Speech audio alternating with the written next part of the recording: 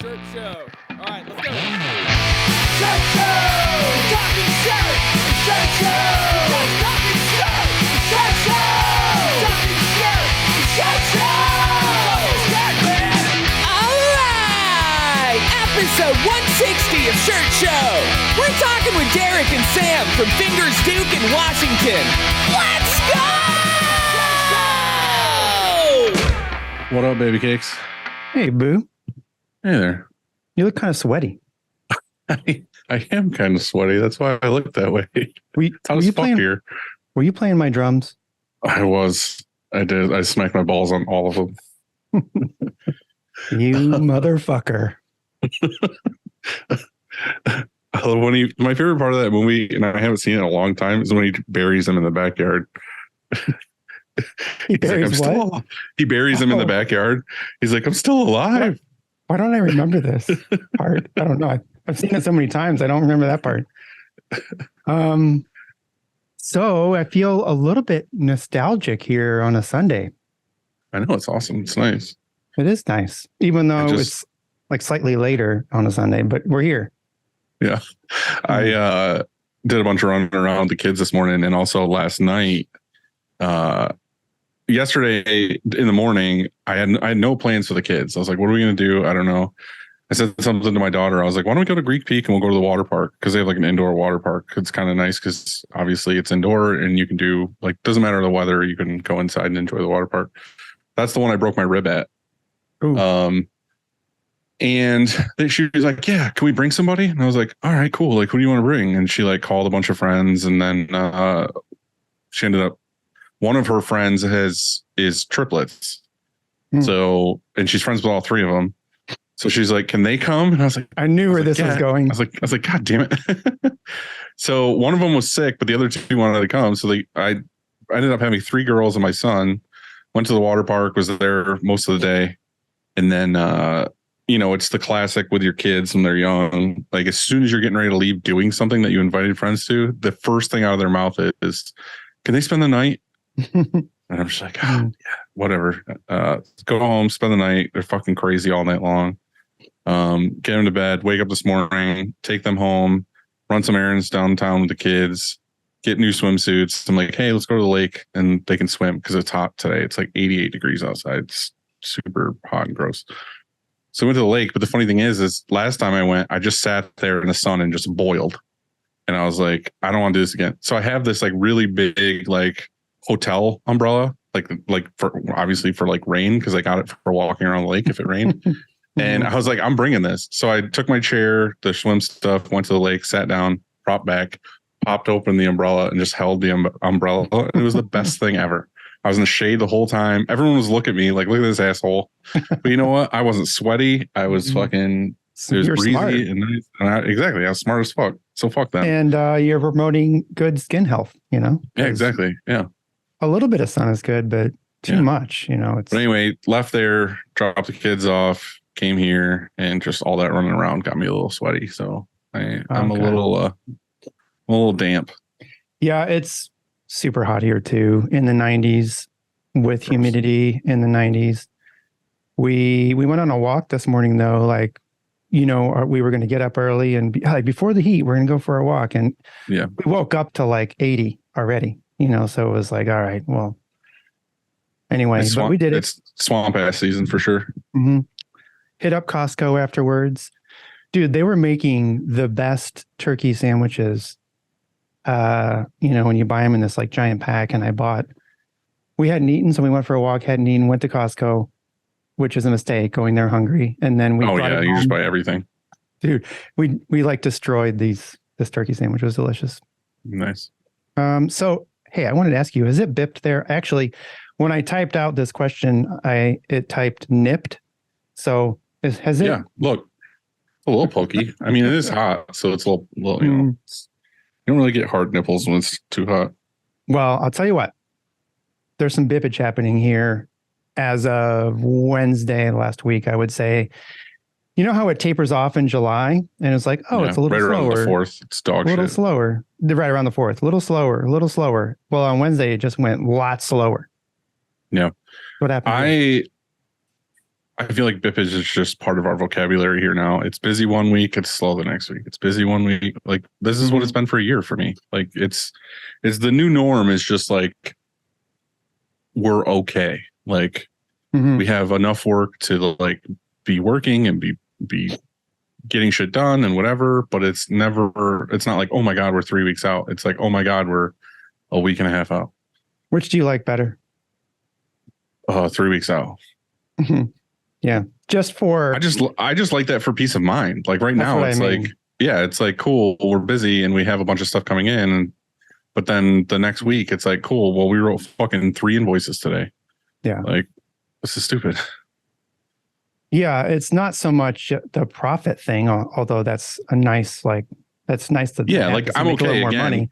Yeah. Like I have little to no overhead and everything's paid. So like it's not the end of the world by any means. Like we're good. Like things are fine, profitable, whatever. But it's just, I hate when there's like, hey, we could really condense like if we busted ass, we could condense this whole week into 3 days if we wanted to. 3-day work week. Woo.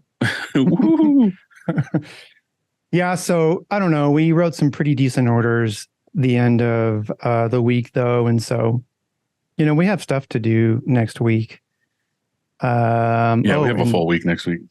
They're redoing our parking lot on Wednesday. That's so awesome. They're like tearing out I know, because it's a mess. But they're tearing out the whole top layer, putting in a French drain. And then on Thursday, like resurfacing the whole thing. And where we're going to park 25 cars. And so I have to figure when we get here tomorrow, and I just got that email over the weekend. And so I'm like, oh shit, no, we don't have a plan yet. Well, didn't the bank next door use your parking lot for forever? Use theirs. Yeah, dude. So they're not, it's not done yet, believe it or not. Yeah, they're almost done, but there's no parking over there yet. But we had to eventually put out no construction parking signs, and we made 3 of them. Yourself. Well, we made 3 of them. And the other day, it was the weirdest thing. It's working, actually. Like people don't park here anymore because they see the signs. Except for one day last week, we had 4 spots open in the front with, Shirk Kong signs. We did that long ago when this building was full of other tenants besides us. But anyway, nobody parks there, nobody from the team parks there or anything. And so they're reserved for customers. Well, a customer pulls in and doesn't park there, parks where the no construction parking sign is, gets out of his car, takes off the sign out of the grass, and then just lays it down and then walks in to pick up their order. What an asshole. I know. And then when he goes out, they didn't put it back in. Like they didn't put it back up or anything. They just left it laying there. Fuck that guy. You should have stopped him and said, oh, actually, we need to check something on your shirts real quick. I took a dump on top of the box and gave it back to him. Well, I heard about this. Like I didn't know it was happening. Otherwise, I definitely would have taken a dump. Right. Like on top, you know me. That's top shirt, hot steamer. Check this out. Perfect. I know. I was going to compliment your shirt. It's awesome. You got a Night Owl shirt? Cool. I didn't get one. Dude, he gave me so many. And it's right. How much I love you this much, like this many shirts. I love you that much. And so I have a wardrobe basically of Night Owl stuff. So I might as well work there. I might as well Everyone else seems fucking place. Get out of the rat race, go down there and, pretend to work or something, pretend to be busy. That's cool. Yeah. I'm sure Eric and Val would love to have you. Were you being sarcastic or serious? I can't tell. Hold on. Totally serious. Okay. That's Look what at my eyes. Yeah. Eric, would you text me later if you do listen to this episode of who would you rather have work for you, me or Dylan? Just text me privately. Okay. Of course we know what he's going to say. And then he's going to text you the real answer. So how, besides bippage, what'd you do this week? Like, how was it up there? I think on the last episode we talked, well, I'm just going to bring this up real quick. Last episode we talked about how I got a bunch of ink from you and then I said it wasn't as high. You want to tell that story real quick? Did we say it on the episode? Did. Anyway, Andy shipped me a ton of ink because he switched systems and it got here. And the joke is that anytime I buy anything from Andy, it's missing pieces. He's the worst packer in the history of packers. Whoa. Pump the brakes. So here's the thing. I ship stuff to people all the time and it always works out. I think it's on your end, bud. I think whoever your driver is up there in wherever New York you are, they don't know what they're doing. Classic. Always Dylan's fault. But yeah, it was missing. So anyway, I like, made the joke of like, it looked like it was fucked up. Like it looked like they're like the pallet, like he basically just stacked a bunch of 1s and 5s on a pallet. And when I went out there, it looked like it was like overflowing the pallet. And I said to you, more than that. I said to you, I wouldn't be surprised if it's not all there, because you were like, oh, it was like 6 feet high. I was like, dude, it's like 2.5 maybe. so anyway, you called me what, yesterday or the day before? Yeah, but hold on, before you say another word, I didn't just throw some 1s and 5s on a pallet and then they fucking picked it up or anything. Yeah, you like did. That. No, I didn't. Loose. So there was like an actual. I actually used one. Not even strapped. I actually used. You're holding gravity with a hole. Would you shush? I actually used a pallet shipped that was built to ship around the world, more like a crate that was built to ship around the world. That my one of these heat presses, the dual station heat press state, whatever the fuck came in, those MEMs. And that's what we built it off of, which was built out of wood, like had sidewalls and everything. And then we pallet wrapped the shit out of it.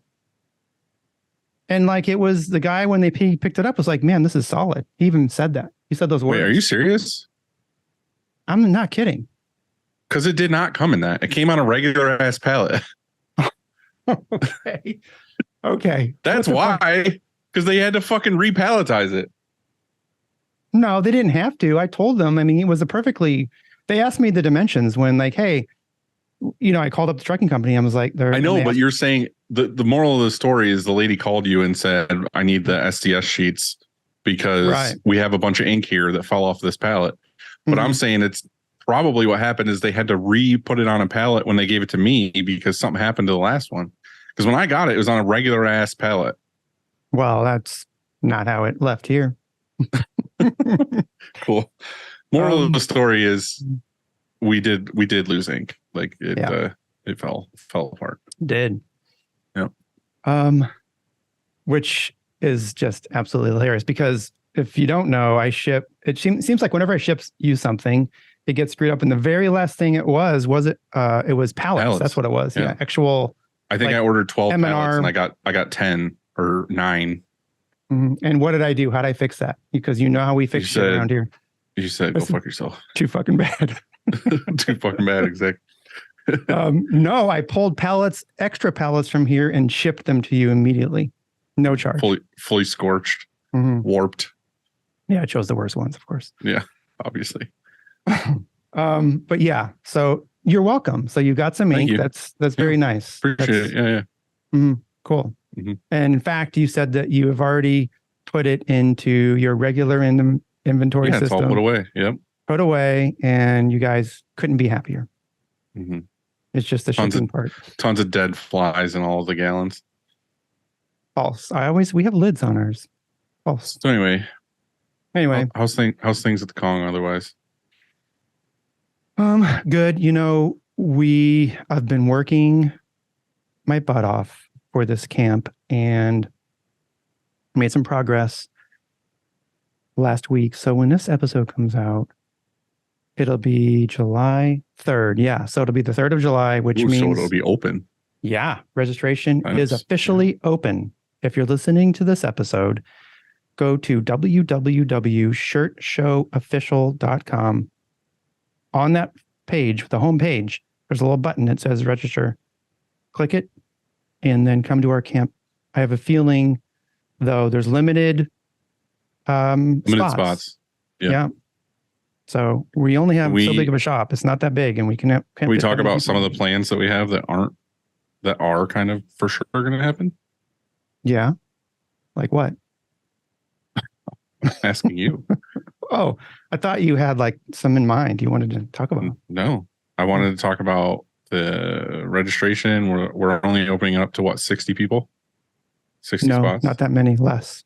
Less than that spots? Yeah, less. Oh, dang. Never mind. Cut that out. Mm. Well, the most Really important thing, I guess, we need to mention is that we're having a hot dog lunch. Yep. On Saturday. Mm-hmm. Bougie hot dogs. Yeah. So the camp is going to be how to print the best white. Mm-hmm. So we're going to have multiple stations set up with multiple people. Great. The best teachers in the possibly for these areas. And each station is going to show you from screen prep to press and then reclaim. Right. How to have the best possible scenario to print the best white. Yeah. So these are tried and true methods from industry legends that we learned years back and we use every day here at the shop. And I think it'll be pretty fun to learn this stuff if you don't already know it. Share. And if you do, it's just a good refresher and it's a good way to know for sure that you're doing the right thing. Exactly. In fact, we need to go over fundamentals here. I said fundamentals here Yep. often just to remind ourselves. I mean, this is a whole, just because we're doing this again, I'm assuming, I hope anyway, that we learn, a little something while we're at it. Oh, for sure. I'm going to try to bring Bill and just go over the whole thing. Because the thing is with a white, it's not just for a white print. It's your underbase. It's your foundation of all of your prints. So if you don't have a good foundation, then your prints suffer everywhere after that. 1,000%. Yep. But also, if you don't come for the education, just come for the hangs, because we're going to do a lot of stuff besides that. Yep. Yeah. Did we do a good job there? I hope so. Right. If not, go to our Instagram. We'll talk about it. Yeah. So we have a hotel block with special pricing reserved at the AC Chesterfield. And I've stayed there. It's nice.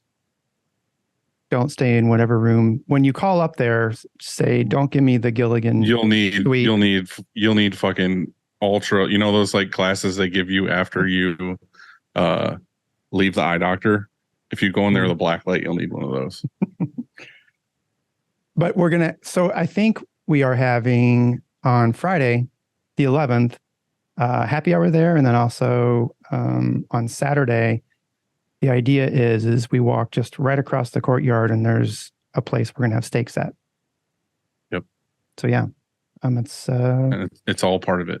All part of it. Yeah. It's included in the registration. Yep. I think that's that. Yeah. Yeah. Let's do some sponsors.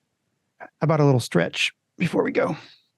Our stretch today is brought to you by GSF.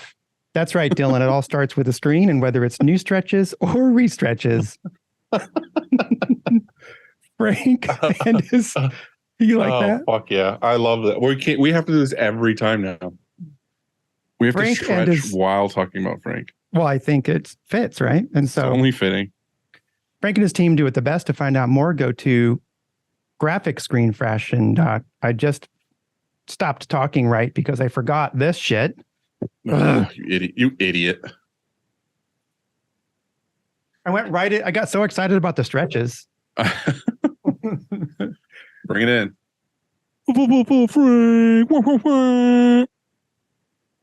So let me do this right. Okay. It all starts with a screen, and whether it's new stretches or re-stretches, Frank and his team do it the best. To find out more, go to graphicscreenfashion.com, FFFFF. Rank.com. Or greatfuckingscreens.com. So I've got a story for you. Uh-huh. I had to go to Chicago last week for a chat and a steak. Mm-hmm.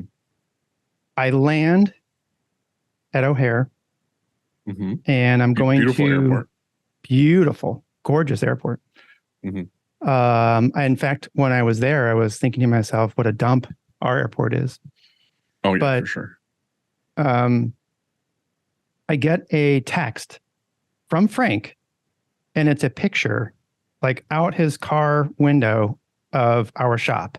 And I'm like, what the fuck? I immediately call him. I go, don't even say you're at Shirkong right now. And he said, yes.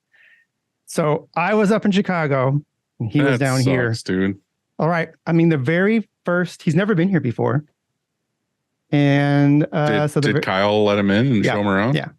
Yeah. I said, hey, just go find Kyle and he'll show you around. And I'm sorry. Like that sucks. And he was here. I think he had to spend the night and everything. Like we could have got steaks.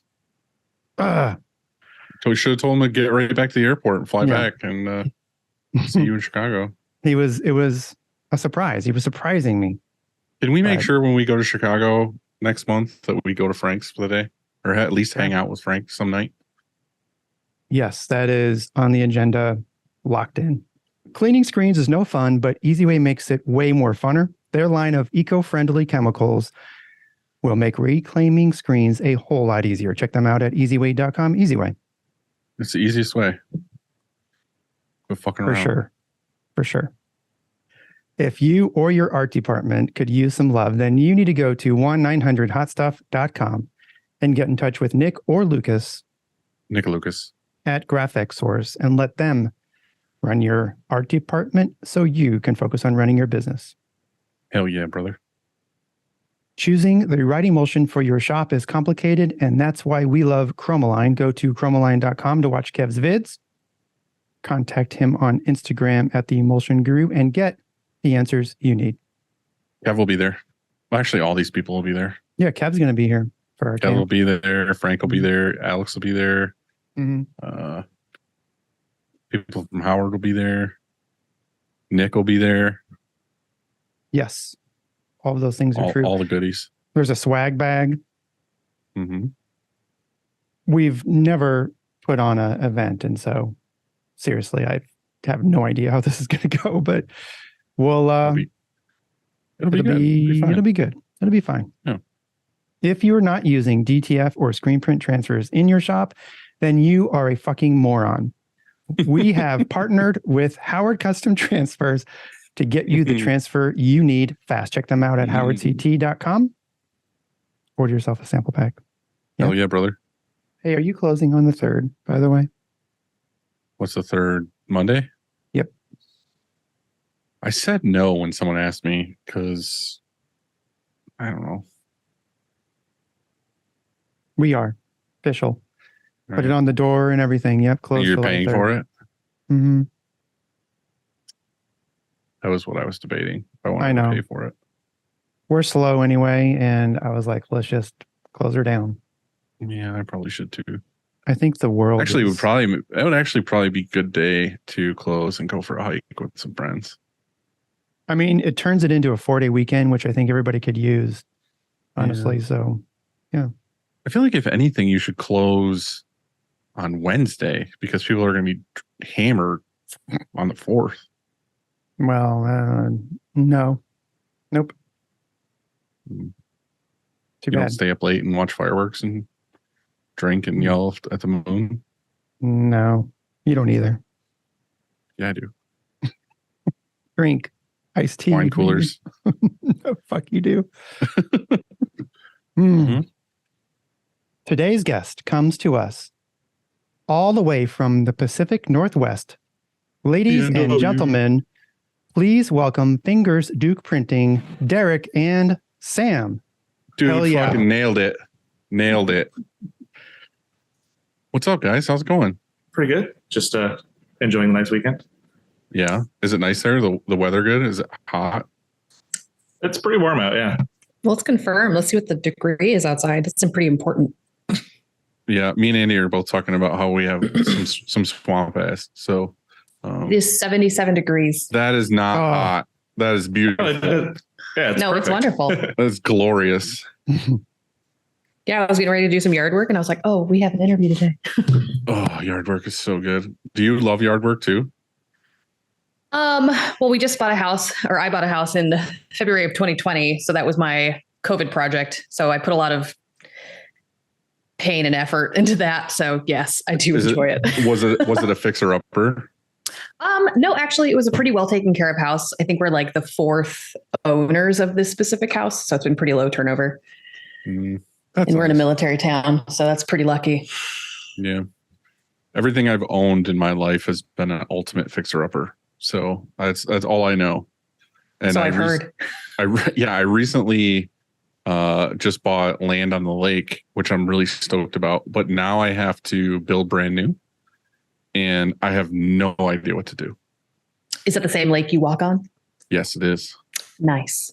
I'm going to forward you this YouTube video I watched of this tiny house, even though it was slightly bigger than a tiny house, because I think under 500 square feet maybe is the cutoff. This was a little bit bigger, but it had probably double that amount of space on like for the outside space and a deck and all that sort of stuff.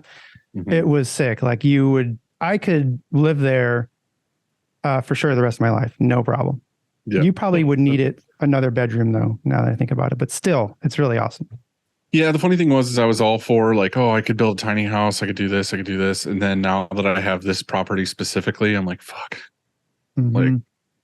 Like I'm looking now at things, like I see things a lot more now, like of this beautiful kitchen or this beautiful like deck wraparound thing, and I'm like, I can't do that on a tiny house. I have to go like at least Mansion. like a ranch. Yeah, man, I have to go full mansion, 35 bedrooms, a butler.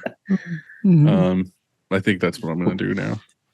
Hey, we had one of our printers, his brother just tried living in a tiny house, and he said that he lived in it for 2 days, and like it was his dream. Bought it, hadn't found a place to put it yet, so it was in front of his parents' house. But he lived in it for 2 days, and then immediately was like, "Nope, I can't do this." Why? And immediately just sold it. It apparently didn't.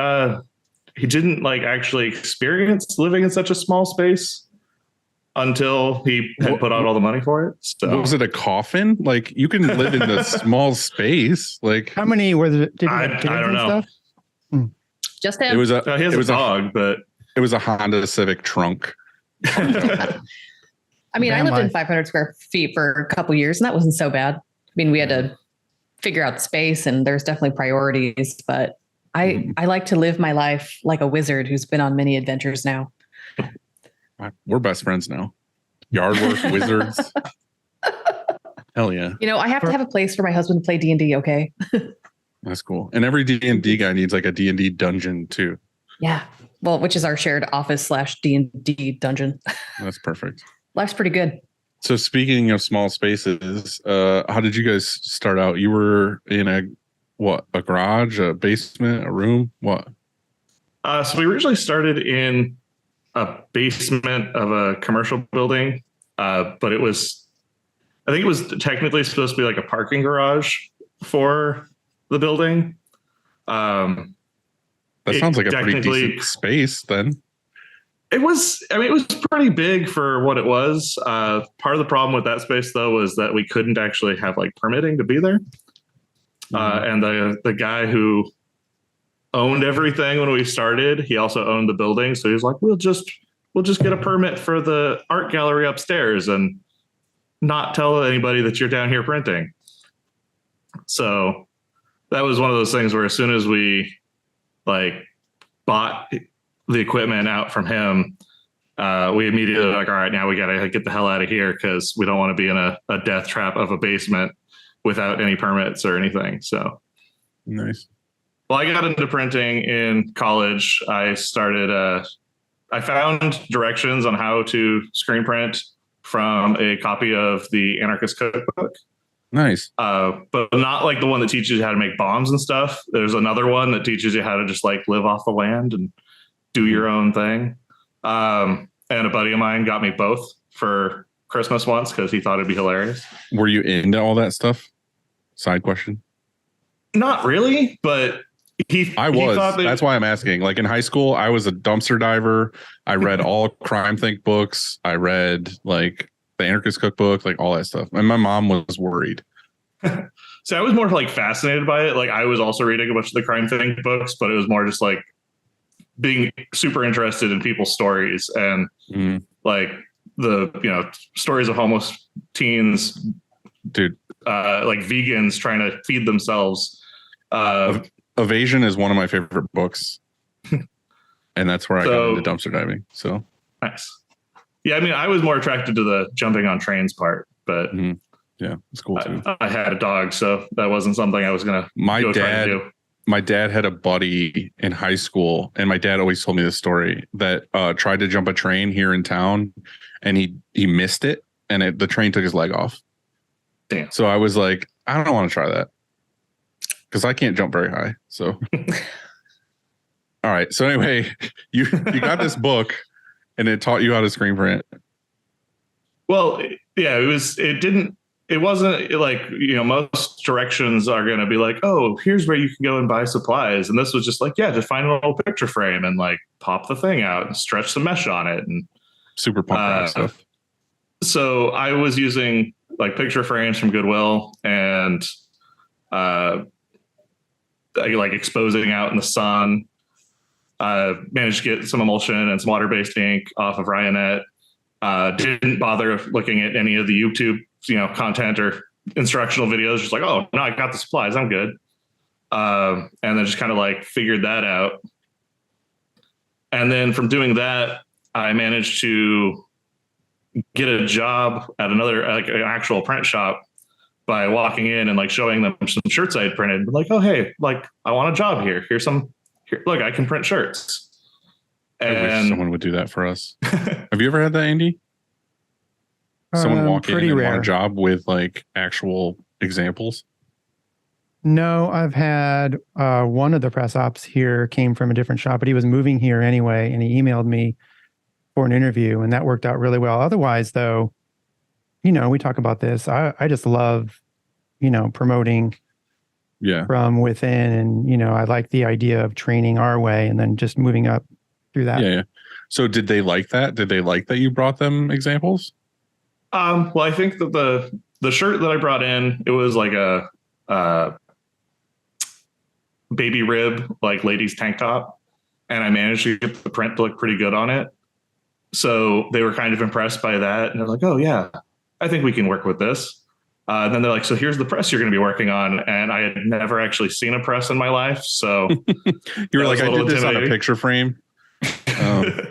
So yeah, they're just kind of like threw me in there like, all right, well, like bare minimum training. They're like, oh, you should know what you're doing now. And I was like, I have no idea what's going on. So then I worked there for a couple of months, and then we had a local guy here. He was trying to partner with another shop owner or previous shop owner. He bought like a bunch of equipment and had a little space where he's going to print. And I went and interviewed to work with him. And like the next day I get a phone call just being like, I no longer have a business partner. I now own all this equipment and I have no idea what to do with it. Like the guy who was going to be the printer had walked away. So we ended up, like me and a buddy of mine ended up meeting the guy who owned all the equipment there in that basement parking garage, and just kind of sat down, had a couple beers, and we're like, hey, wouldn't it be cool if we like had our own thing going on, like made our own like shirts? And like at that point I had a couple months experience on a press, and I was the only one who knew anything at that point. So it was kind of not the, most stable idea, but we put a lot of time and effort into trying to figure out how to do that, and managed to make that work. That's awesome. So did you become like a three-way partnership at that point, or what was it?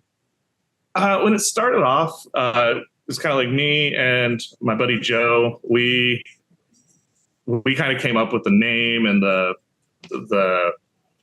like idea of what the company would be, but we didn't have any ownership over any equipment or anything. Mm-hmm. And then we started bringing on like a couple of our other friends from college. Sam actually came in as an intern. And most everybody was like an artist or graphic designer. And I was trying to teach them how to print with only 6 months experience printing myself. And we all felt like we owned the company, but the guy who owned all the equipment was kind of thought differently. Right. And after a couple months of that, like, is when we started realizing like, all right, we're going to have to figure out how to buy all this equipment away from this guy and like run away from him. Is that something you can talk about? Like, is that Why was that? What was the experience? Well, I mean, over the time, like basically he didn't have any money to invest, and besides all the equipment he bought, and he wasn't involved in the business at all. Like he had a full-time job. He just wasn't, like he'd show up and like most of us were working there to start like after our normal jobs. Like we'd get off work at 5 or 6 o'clock, drive down there and then work until like 1 or 2 o'clock in the morning. And he'd show up after his day job and we'd be down there printing shirts and working on art and training and stuff. And he'd just show up and be like, "Oh, hey, this is so cool. I'm so, I want to make sure you guys are well taken care of." And we're like, "Cool. Can we have like money?" It's like, "Oh no, you gotta get out there and sell shirts. That's the only way we're going to get any money." They're like, "Okay, but what happens like until we actually start picking up clients?" And we had a couple to start, but it wasn't enough to like keep everybody fed. Right. But he just like kept encouraging us, "Oh, let's just bring more people in and let's get more ideas going." And it kind of turned into like a after school print club more than an actual business for a minute. So what were you guys printing then? Was it just like some random shit or? Well, we started getting like booths at events and printing our own shirts, our own designs. And then in the year before I started the other print shop, I was working at a beer store. And while I was working there, it was like I worked 10-hour days and it was super slow. So I'd bring in my computer and just start like designing logos and helping people build websites and stuff. And I started meeting all these people who are like starting their own breweries, running their own bars. So you had brewery connections. Yeah. Like all these startups were coming in and buying beer from me and they see me sitting there drawing or working on something and we'd start chatting. So when we first started, we did have a couple like startup breweries and a couple local bars and restaurants that I was able to kind of pick up and take on as clients. Problem with most of the breweries we started with is at the time they were all startups. We were a startup, like nobody had any money. So it's all like 30 shirts at a time. T-shirts tend to be the last thing on the list when nobody has any money. Well, luckily one of them put T-shirts pretty high on the list. And they're no longer in business. Well, they no longer have the same ownership, which sucks. But yeah, they went through, they almost went under. They ended up selling everything to keep the brand alive. So you guys decided to split at that point then? It wasn't working out with that guy?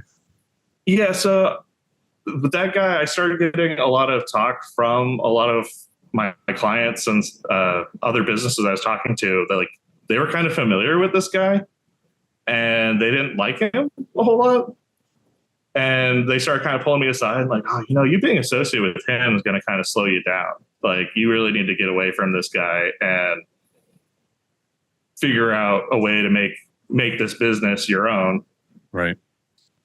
And then one of the breweries actually, I had a really close relationship with them, and they were the one of the ones that was really heavy into merch to start. Like they were investing maybe more into merch than they should have, but at the same time, people were buying it. So it was kind of helping them subsidize the rest of their stuff. Yeah. And a couple of the owners of that brewery actually pulled me aside and were like, "Hey, we've been friends for a long time and we love what you're doing. We have a lot of confidence in you. What if we help you buy out the owner of all the equipment and everything? And so we can just completely get away from him and have like a fresh start and, actually make a real try of the business without his interference or bad rep following us around." Right. And that's what we ended up doing. So how did you approach him? Like, what was your strategy? And did you think before you asked him, do you think it was going to be easy? Like he was going to be like, "Sure, yeah, I'll sell," or did you think it was going to be tough? By that point, we were starting to have a lot of disagreements about things. So it kind of came up naturally of like, "Hey, I'd really like to buy the stuff off you and like do my own thing. And he was he was a little resistant to it because he really wanted to be invested in things. Like he was kind of running around town throwing money into a local country bar. He was throwing much money into real estate. So he like really wanted to be like a silent partner in a screen printing company. Like he just thought that'd be like the coolest thing. Well, he's throwing money into all these businesses, but he can't throw money at you guys. He didn't want to throw money at like paying people. He just wanted to throw money at like physical assets and stuff that he'd be able to get a return on later. Mm-hmm. And he just expected us to figure out how to make our own rent while trying to build him a business. So right, but if he would have put money into you and invested in the people, he would have eventually made money because you guys would have been stoked to be there. Right. Was this, when you formed your partnership, was it like on a handshake, or did you have some sort of contract and any sort of buyout clause, or how did that go down? I mean, when we started there, started the brand and the company, like we didn't have any kind of real agreement. That's something that we established once I had the guys from the brewery help me buy everything out. And I mean, it ended up working out a little bit in the negotiation for that process, though, because I basically sat him down because he threw out numbers at us of like what he wanted to get paid for the business. Mm-hmm. And I sat him down. I was like, dude, there's no way you're getting that much money. Like, I know what all the equipment's worth. I know how much you've put into it. As far as the brand and the clients and all the artwork and everything, like that's all mine or the artist that we're working with. Like none of that belongs to you. And his argument was, well, I own the name, so it's my business. Like, dude, I could change the name and buy new equipment off of like Craigslist tomorrow, and every single client would just follow me. And once he realized why couldn't you do business, what was that? Why didn't you just do that then? Why don't you just leave and start it over with everything? Because you had all the shit that was worth anything. I didn't want to like completely screw him over, and I figured it would be easier if we could manage to like just keep building up steam with the name. Mm-hmm. It had really been catching on, so we wanted to try to be able to roll that forward. Right. And we were used to working on that equipment, so it just kind of made the most sense to like try to get him to agree to that. That was option A. Yeah. Okay. And option B was basically run away and do our own thing. Right. Okay. But once he realized that, the company was pretty much worthless without me and a couple of the other guys, like that's when he agreed to let it go. And we gave him a fair price for all the equipment and stuff, and for him to be able to, turn us loose. Right. I have a personal question for you. I came out of a bad partnership, and when that ended, like it wasn't, my thinking with the partnership was very personal because to me, this was my thing. It was my career. It was my passion, whatever. And when you have to break up with somebody like that, to me, it's kind of like a breakup, like a relationship breakup thing. Like, yeah, it's business and whatever. And everyone can say it's just business and you can shut your brain off and whatever, but that's not the case. That's not true. I'm guessing that this breakup from this guy, regardless of you wanted to make sure he was taken care of and everything else, like you were probably beaten and battered with a partnership. What made you think getting into another partnership right after that was a good idea? And like, how did that play in your head? I mean, obviously there's part of me that would have loved to be able to do everything without the brewery guys stepping in to invest. Originally my hope had been that I would have been able to do it with more of the guys that have been at the shop with us, like helping build it up. But they had kind of started dissipating over time because they, get another opportunity for like they had no money. My buddy Joe, who helped start everything, like he ended up getting a job from his dad working at Microsoft, so he took off. Another buddy of mine left to start his own little business. So it came down to like it was just me I think Sam's internship was over at that point. And then it was me and like a guy fresh out of high school that I had taught how to print. And originally the idea was like, man, it would be so good if like we all just like owned this together. Right. But none of us had any kind of assets. And brought me into teaming up with the investors was just the fact of like, I was not in a position to be able to do it myself. Right. But I really it sounds like the first guy was a partner and kind of involved, but not really doing anything. And then the brewery guy is more like just an investor. Like he was like, he actually involved in anything? The two brewery guys, they basically, they both had day jobs and they were both working on getting that brewery going. So they weren't actively involved in any way except for, they were both older. So they would kind of help like business ideas and planning. Business and like, financials. Yeah. Yeah. Like trying to figure stuff out. But then they also had a lot of connections. So through them, we started like talking to a lot of other breweries, like both startups and home brewers, as well as more established breweries, and being able to build up that clientele through them. So they were kind of doing sales to a degree, but it was mostly, just word of mouth, like convincing all their friends and all the other people in their networks, like, oh, hey, we have a print company now. So obviously you should get everything through us. So is that the current situation? Like, are they still involved, or is that out of the picture now? One of them is. We bought the other one out a couple years ago. He wanted to step away and clean up life. Yeah, when they ended up selling their ownership, or the one guy, he ended up selling his ownership in the brewery, and he decided at that point that he wanted to just kind of like divest himself of everything and focus on his family and his day job. So at that point, he just came to us. He's like, hey, can you just give me like this much money and I'll step out? And it was the price he gave us was basically like super good. Like if we had tried to buy somebody out, we probably would have had to give him more money at that point. Mm-hmm. So we were like, yeah, no problem. Like we get it. And then it was kind of around a little before that, we'd kind of given Sam some ownership. She had been working for us for a couple of years at that point as our head designer. Did you go from the internship right into working with them? Oh, no. I graduated college in like 2012 and then started working in Seattle. And then after a bit of time of doing that in the commute, I never had an intention to move to the city because it's an hour ferry ride from where we live. And one day I just quit the Seattle job and sort of told Derek he was going to hire me. And here we are. You had an in at that point, right? Like you guys had a relationship and. Yeah. And I mean, it worked out. I honestly, at that time, didn't really anticipate being there as long as I did.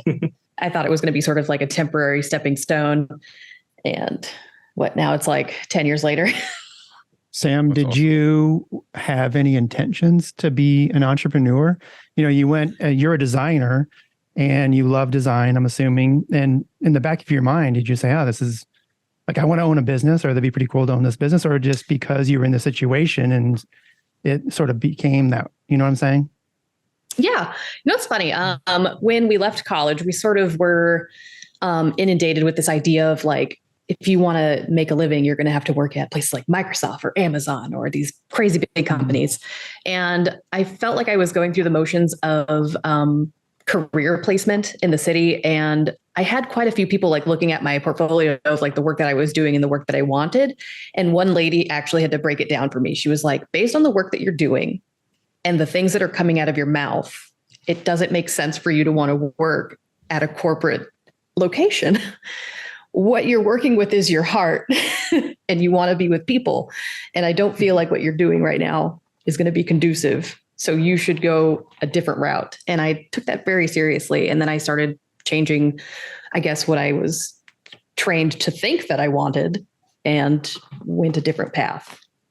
It's funny. So that was a very nice conversation to have. It's funny you kind of bring that up. I did a live print last weekend for Dick's Sporting Goods.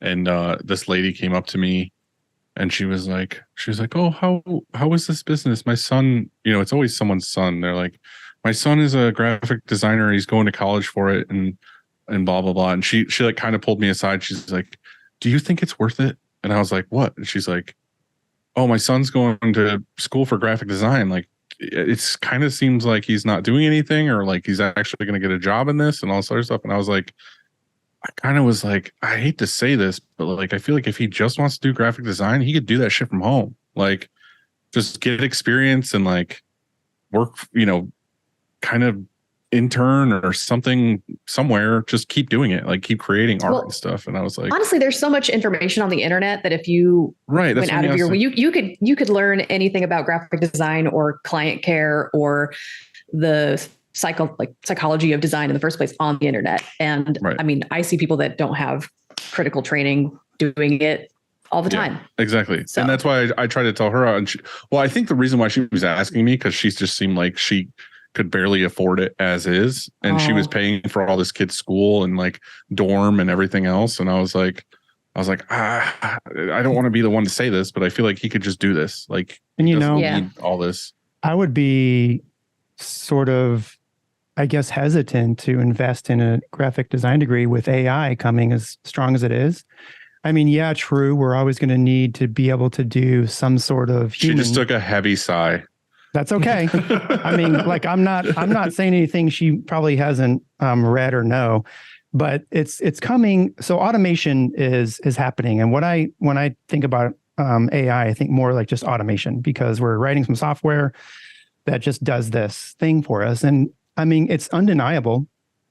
It's coming. And I think you'll be able to enter in, whatever, even if you wanted to do, let's say, Joe's lawn care, you can enter in Joe's lawn care, and then some shit's going to pop up and it's going to look pretty good or good enough, let's say. But there's no heart behind it, Andy.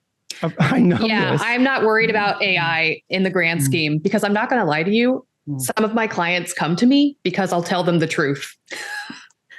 But they come to us because they enjoy the experience that they have. And at the end of the day, people that use AI, if that's fine. But I don't really, sure, it might change the experience for other people. It is what it is. I'm not worried about it. AI is never going to tell you, no, that looks like garbage and you should do something better. Right. Well, I mean, yeah. Sam, how do you really feel about what's going on with AI stuff? It's fun. I enjoy AI. I am not super worried about it taking over. I like that there is automation, and I feel like more people should use it.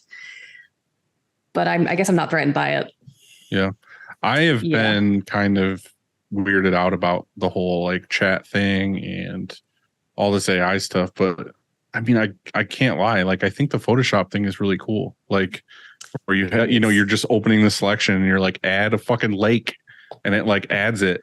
So like, I think that would be cool. You should build your house that way. Right. I should just be like, let's, add a house here and then just see what it comes up with and then just run with it.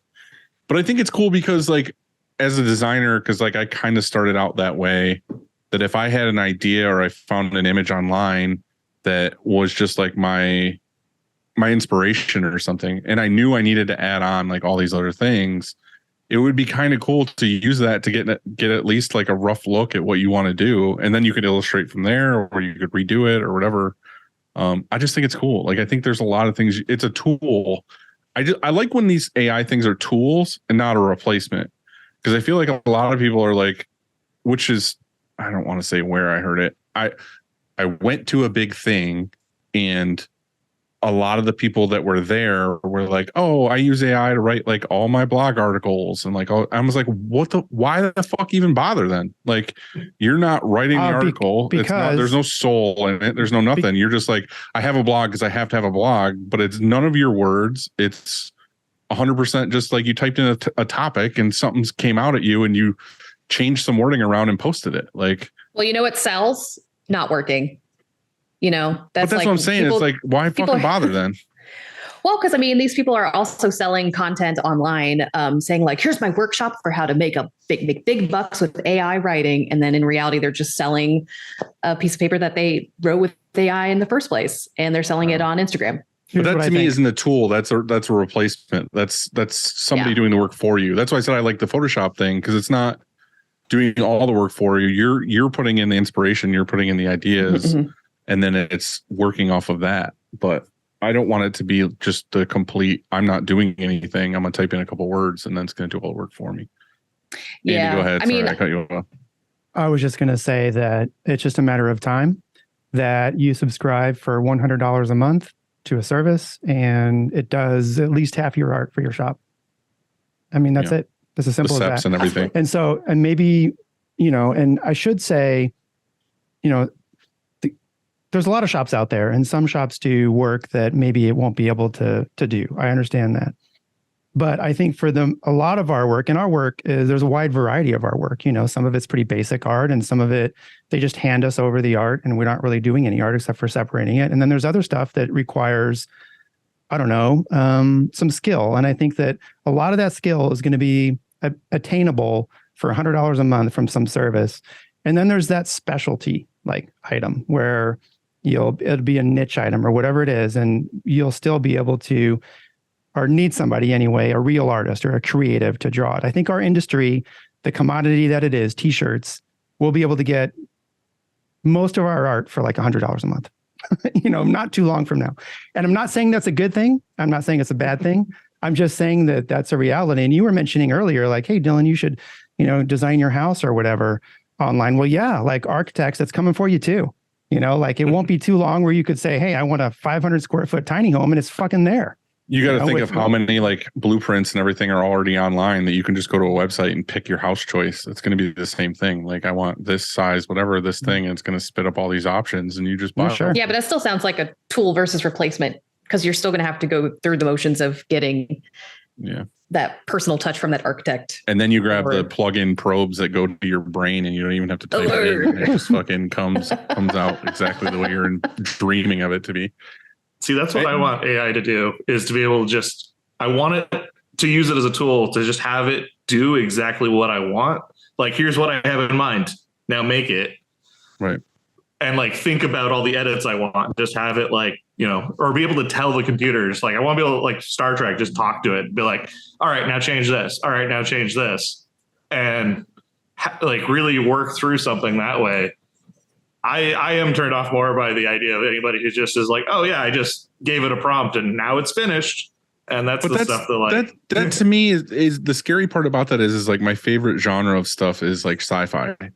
And like all these sci-fi movies predict all this shit. And it's not even crazy sci-fi. Like, think about fucking Wall-E. It's like these people got on the ship and they don't do a goddamn thing. Everything's done for them. They sit in a chair and they just became fat blobs and they don't do anything. That's what scares me, is like, I'm at the point in my life where I want to get like more involved with nature and like helping with things and being on committees that help things and do things. And I feel like if everyone's just like sitting in their square typing things in and it does all the work for them, then that goes away. Like, I want like heart and soul in things, and I don't know, it freaks me out and I don't like it. I think there's two types of people in the world: those who AI and those who don't. Yeah. So anyway, we went off a fucking hardcore tangent. So you, at this point, you have the brewery people. You are what? Still working with this guy's equipment? Is it mostly manual at this point? There's no autos involved, no nothing. I mean, when we first acquired all the equipment and stuff, like basically we started in 2010 and we did not get our first auto until 2016. Okay. Like we kept just like adding manual presses, and that was working out just fine for us. Like, we were getting a lot of work. We were pumping out a lot of work. I had 4 manuals and 2 dryers before I got an auto. Nice. Yeah, we just kept finding like really good deals on used equipment, like used presses. And we just be like, all right, let's grab that. And then one of the people we hired was he was an old school printer. He was our first like real like external hire that wasn't like, oh, hey, let's bring on a friend of ours. Was he like doing films, like cutting them out? He had started he had started when he graduated high school in 1987 and had already been printing for like several years before that. So he was doing everything like he went through the process of like evolving with the technology. And Too bad he's not here to be worried about AI. So comes by in a foil hat. Yeah, he really like helped build us up, but he was like a hard school manual printer. So part of the reason we didn't like automate for the longest time was just like every time we had a big project, he would just like buckle down and like pump it out and get it done. And it wasn't until we started doing water base and discharge that like once we started messing around with that, like he grabbed onto it real fast. He really wanted to learn it. He really wanted to do it. But then after pumping out a couple of big orders of that, he was like, dude, I'm not getting any younger. We need to get an auto. Yeah. So then what did you do? What was your first auto? What was your options? Our first auto, I mean, at the time, Rock was, blowing up everything with marketing. Like we used Ryanette quite a bit as for like supplies and stuff. So they're based out of Northwest, just like us. So that's a good service and convenience thing. Yeah. And that's how like before we even thought about getting an auto, like we had Ryan Moore and Nick Wood when he worked at Ryanette, like coming by and just hanging out with us and chatting us up all the time. So that was a really easy way to go for us. I mean, I did kind of try to shop around a little bit, but at that point, we only ordered equipment or like supplies through Ryanette and then another company, Anthem, out of California. Yeah, and they were pushing workhorses, and so for a while, those were the only two press like autos I knew existed. So I was like, well, these guys that I know, like they're pushing this equipment, so let's just go that route. Yeah. So you got the auto. Christina told me in the notes you guys were in a mall at one point. So that's when we bought everything out from the original guy. He owned the building too, and as I mentioned, like we weren't permitted. Like if the fire department knew we were putting shirts down there, we would have gotten in really big trouble. We had set up like a little holiday store in the local mall to like sell our own line, like just for the holidays. And that was like only a 3-month lease. And when that was up, the mall manager guy, like he was coming by all the time trying to chat with me. And he was like, hey, we've got this big empty space and, we don't have anybody in line to like move in here. Like we have more people moving out than moving in. So give you a really good deal. This is like a dying mall. Yeah. Yeah. I mean, this was like 10 years ago. It was still much more alive than it is now. But even then it was like slowly on its way out. So did you have like retail or was it just like closed doors? You were in the back of the mall. Yeah, we had retail up front and then we had our presses in the back and people could see us printing and like watch the whole thing. That's cool. But we basically it was cheap enough to warrant taking the spot. And we were there for like 2 years. I think the biggest and best thing that came from that was just the amount of exposure we got. Sam is in disgust right now. The mall was awful. It was awful. It was their policy that we had to be open 7 days a week. We had to be open from like 10 o'clock in the morning till 9 o'clock at night every day. Dude, fuck. So yeah, we had 7 days a week. You had to do that. Yeah, like we had to pay people to just like hang out on the weekend. Like, I mean, I was still working almost 7 days a week, but anytime that I wasn't there, like somebody had to just be there, like offering to sell shirts to people. And then we'd get people coming in and be like, oh, I want to place an order. And the person working on a Sunday afternoon is like, that's not my job. I can sell you stuff that's already on the rack. And then people just get like pissed off. And we weren't able to like take their orders at 7 o'clock in the evening on a Sunday. So, yeah. So you decided to leave there. Yeah. And then are you in the space now that you left the mall for? Yeah. Mhm. Yeah. We've been in this space since then. So like 2014 ish. And we're basically busting at the brim now. Like space has gotten very tight. But it's served us really well. Yeah. So Sam, you came on at this point, or were you there? You were part of it in the mall. I think I came You were on in like the in mall. 2013 full time. So I think I was lucky enough to only have half of the mall experience. But it was the worst. And it didn't help that there was like a t-shirt shack like right across the way, so people could like try to compare pricing. And I'm like, we can't go, don't compare us. We don't get things done in a day, so don't try. Right. It's not Yeah, the the same. mall, as much as they loved us, they put a vinyl plotter guy who was offering to heat press vinyl onto the shirts in a kiosk directly out front side of our shop. Yeah.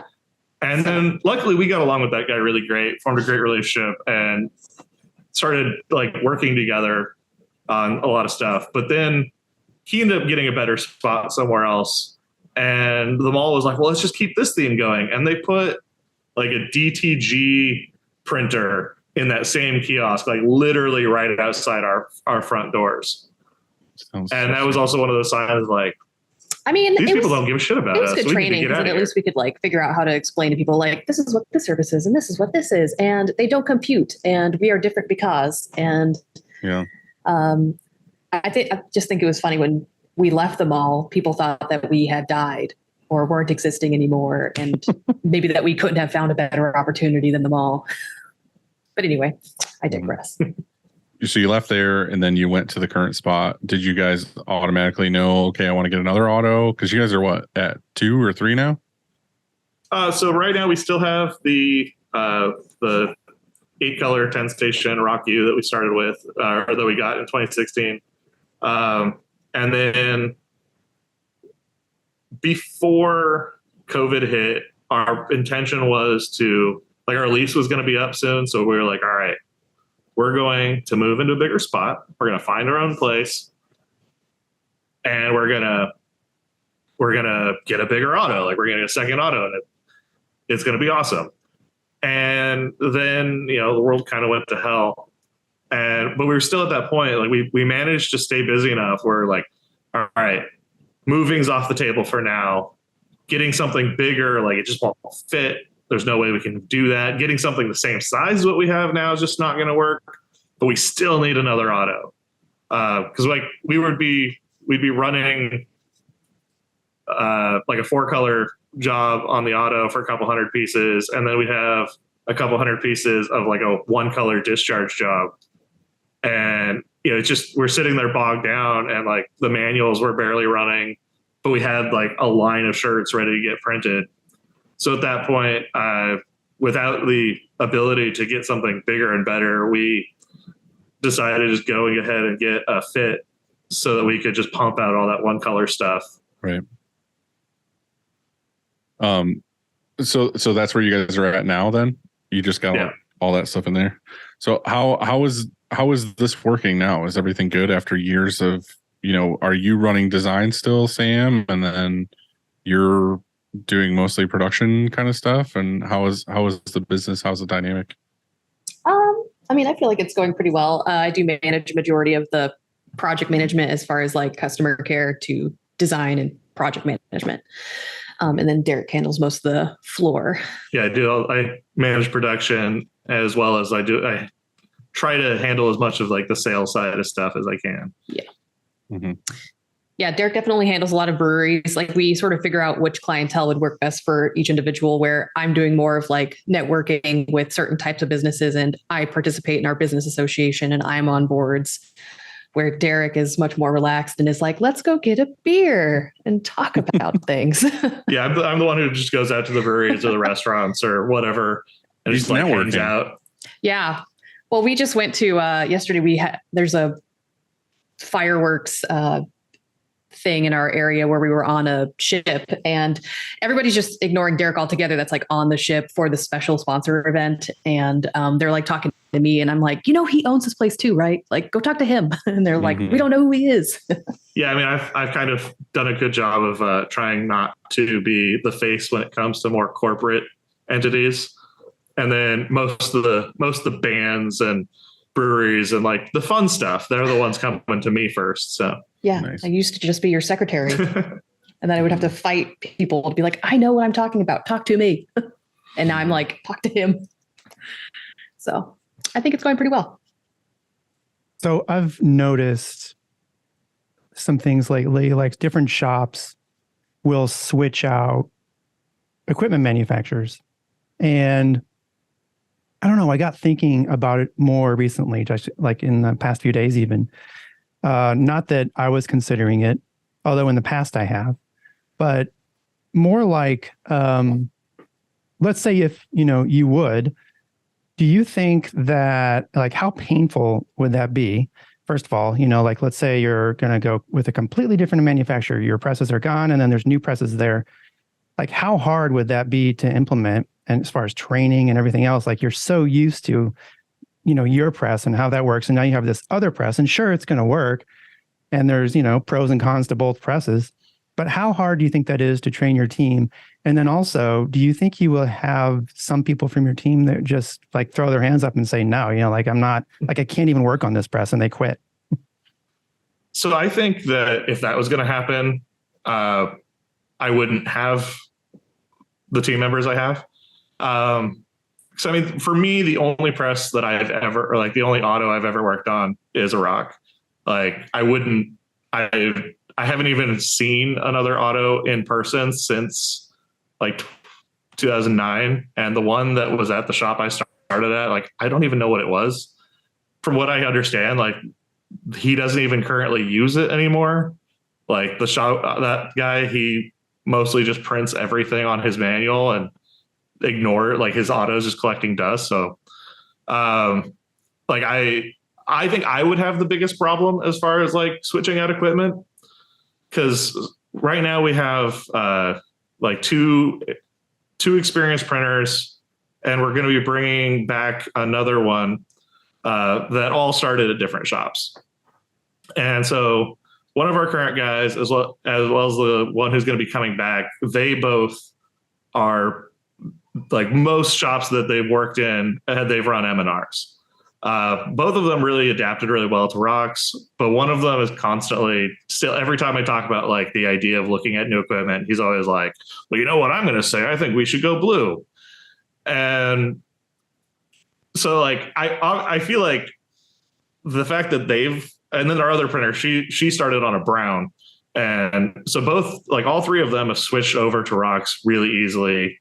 I mean, sometimes I hear little complaints about like, oh man, I wish this press could do this. But then at the same time, there's all the times where I'm just like, oh, hey, did you know we can do this? And I'm like, what? I've never heard of that before. So like, they've all adapted really well. I think if anybody was going to have more of a problem adapting to something new, it would probably be me. I mean, I'm not opposed to the idea, except for hearing your story, like, it makes perfect sense to be with Rock because of how close you are with Ryanette, and you, like I said, you have them nearby, right? Like, I mean, that's kind of, yeah, where I've always kind of been with the situation was just like, look, like, these guys are right here. Like, there's a Rock tech that actually lives kind of in my neighborhood, and I'm like, not only is is Ryanette right there, but like, we know people in the area that could, we could get in here relatively quickly if we needed any problem, like any help with anything. So, yeah, I like what you said earlier. And I think that about your team, because that's one of my concerns. Like, if we were ever to just switch, let's say, would be that, of course, the right thing, I don't know about the right thing, but, maybe the smart thing to do would be to have a, discussion with them. Like, hey, I'm considering doing this. What do you think? It needs to be like a group. You need to agree to, as a group to do it. Because right. I just think that, yeah, you're going to have, but that's going to be tough, honestly. It can't just be an owner decision. Can't just be an owner decision, but I'm looking back at like some of the things that we've done here and where we've changed, like we've changed accounting systems or whatever.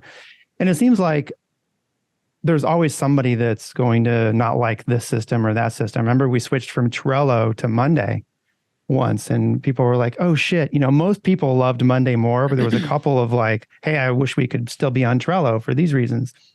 So it's probably hard to please everyone, but still, I think that that approach anyway, to know that, hey, you as a team are agreeing on, is obviously the best way.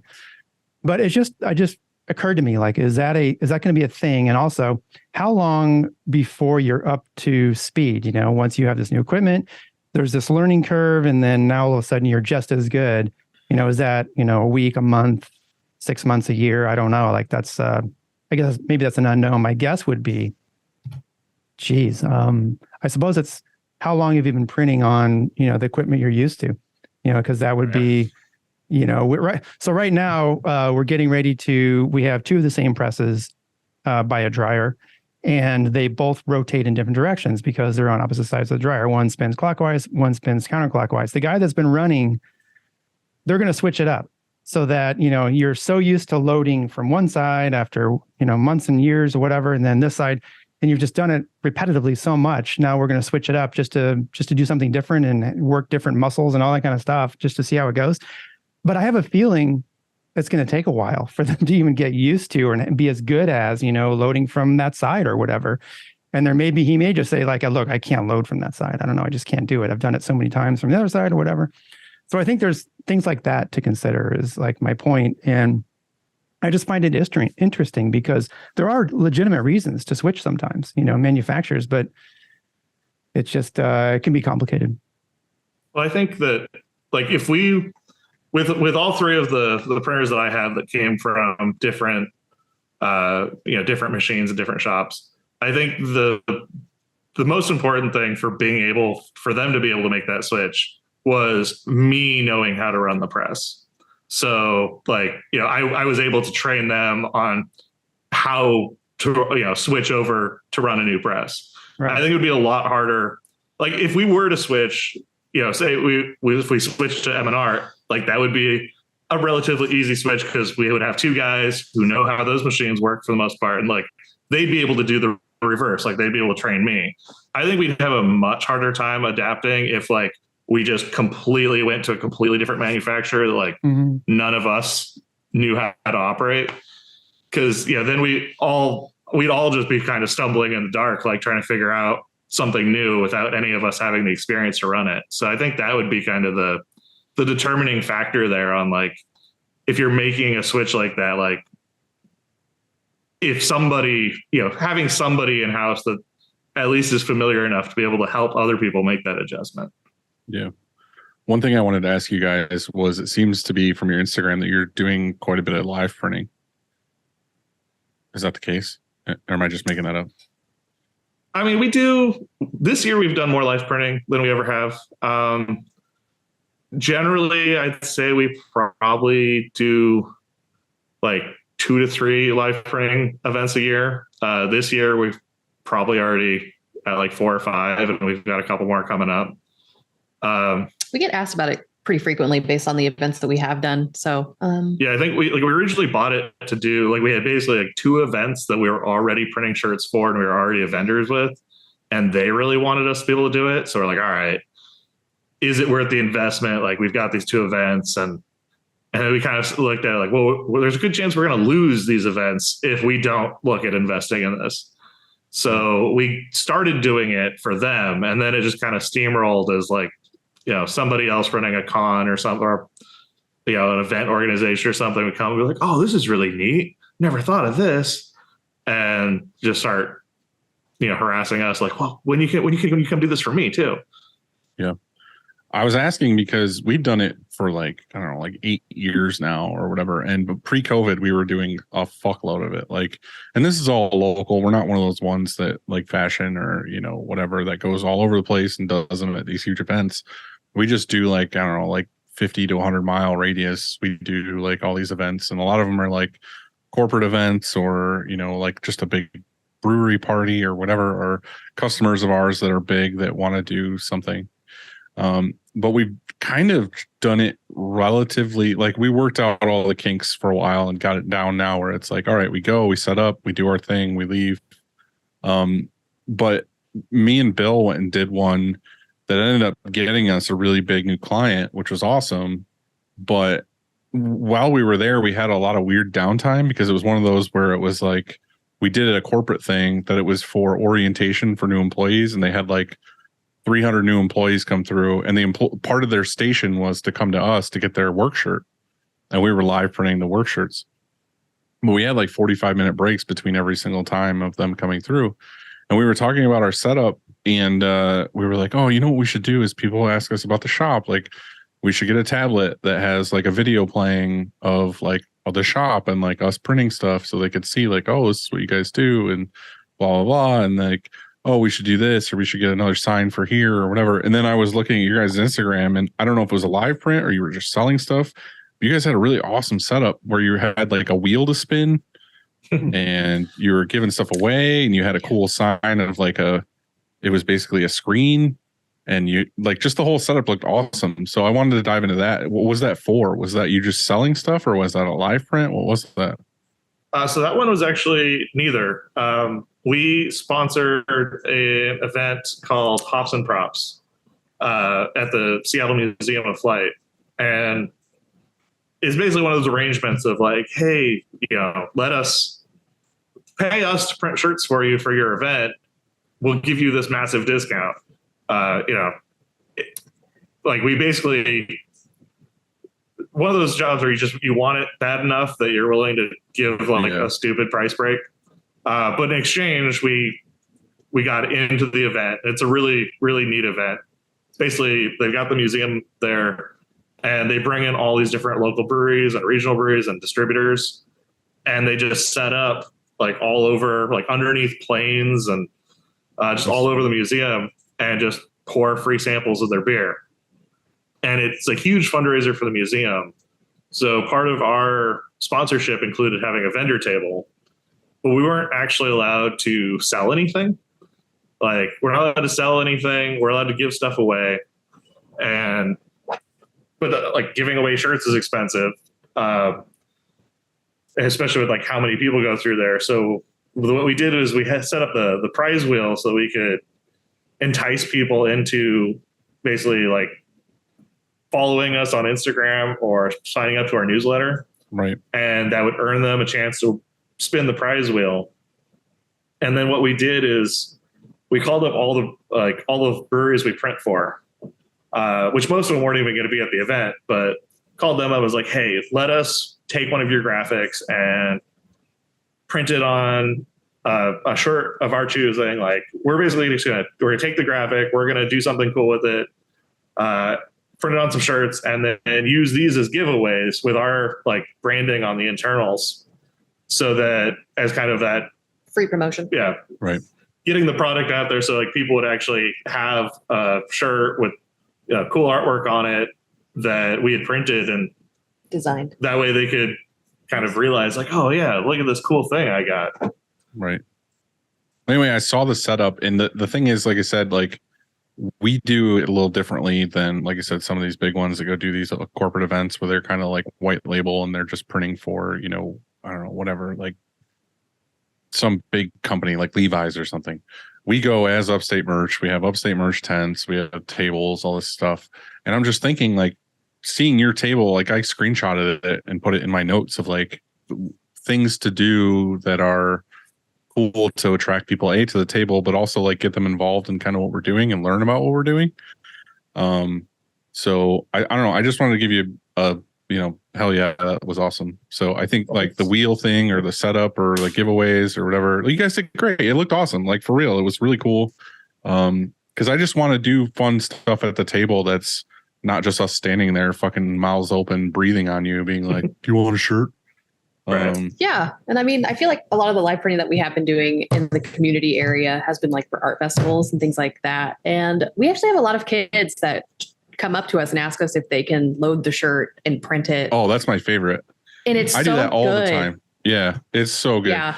I razz them first thing, and they get up, they get like kind of nervous when they get up behind it. And I'm like, all right, this is what we're going to do. I look them dead in the eyes. I'm like, rule number 1, do not drop the squeegee in the ink. And then after that, I'm like, you can do whatever you want to do, how you want to print it. Just do not fucking drop this squeegee in the ink, because that's what's going to Yeah. lose, Oh, I'm gonna we lose haven't it. had any problems yet. But it's always just so nice to like. I had it once. I had it once where I thought I was good. I didn't say anything like that. They grabbed the squeegee and they printed, but when they went to lay it back down to set it back up, they just laid it in the ink. They just didn't lay it up against it. They just literally laid it down. I was like, are you fucking kidding me? Like, what made you think that was a good idea? Like, I just swallowed it right there. I just looked at the sky and was like, kill me now. But after they left, I, wiped it all down and put it back. But Are they wooden squeegees? yeah, well, we used wooden for forever. But I recently got the aluminum ones, and those are kind of nice because they're just easier to clean before you leave. Like the wooden ones are great and they look cool, but they are a little harder to clean up. I was just thinking maybe you could put like a couple of bolts, so that if it did fall, the frame would catch it. It would in that instance or whatever. Yeah. I've thought about that before, like when I was like you guys, we used to run 2 manuals and a dryer like out of my garage when I first started. And then that always, not always, but that would happen where you drop squeegee thing. I used to think like, man, I'm going to put something in the ends of these squeegees so it would catch it. Well, remember Danny's episode forever ago where he said that he put magnets in it, so when he laid it up against the thing, it would stick. Oh yeah, it would stick. Mm-hmm. Yeah. But even if you had somebody that wanted to lay it in the ink, like you said, that person or whatever, it would almost be impossible. I just fucking Mortal Kombated that person, kicked him in the side and broke in half. But anyway, I thought it was really cool. I think there's people on this that listen to the show all the time that hit me up about live printing and all this stuff. And I think I'm constantly learning like better ways to do things. And I think you guys inspired me to do some cool stuff. So thank you. Thanks. Yeah, that particular booth, like we kind of were like, we need to class this up quite a bit because it's a big fancy museum and kind of a nicer, higher end event. Yeah. But the entire time we were doing it, the entire idea was like, all right, if we're spending money and energy making display stuff, like how are we going to utilize this in every other event and like function we do? Yeah. Another part of that is over the last year, I've been thinking a lot of making an actual booth, not live printing, but making a booth to go to trade shows with, like, other trade shows, not screen printing. Like if I went to the fucking, I don't know, farmers thing or the contractor thing or whatever, like I want to have like a cool setup, but I also want it to be something I could tear down and put in maybe like a band road case to where I can easily just take it out, set it up, take it back down, ship it out. So stuff like that is why I'm thinking of this, like not only just for the live print setup, but also for like an actual booth setup. So, we do have outdoor booths, but those are very different than what we would do for a trade show. Was that a huge pain in the ass to set up and take down? Not really. No. I think we built it in a way that it was going to be something that we broken down pretty small. We fit 5 people and all that stuff in my Subaru, my Outback. So. Nice. All right. Yeah, we did it. Yeah, I mean, when we're live printing, like we don't have a van. It's something we're working on right now. So when we're live printing, we're hauling everything around in the back of a pickup truck. And then when we're just going to like sell our own stuff or set up a booth at a market or something, like she has an Outback and I have a Nissan Xterra. So it's always like, all right, everything has to be able to break down and like Lego its way into, or Tetris its way into the back of these vehicles. So we can still like haul people. Yeah. And when we first started, I had stuff in the back of my S10 pickup truck. And then after that, I upgraded to a 4x8 trailer, open trailer.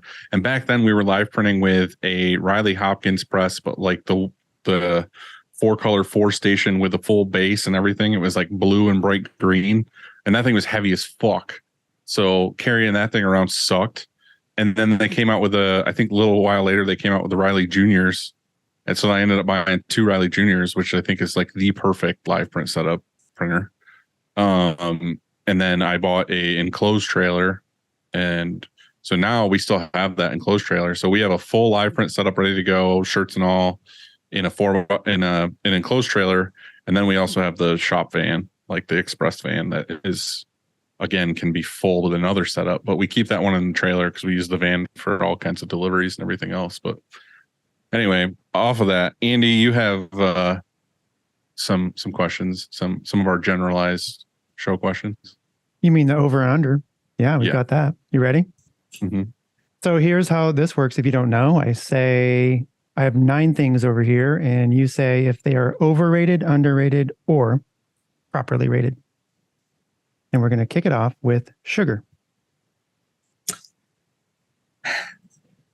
Just sugar. Just sugar. I would, for me, sugar honestly is underrated. I'm a savory person.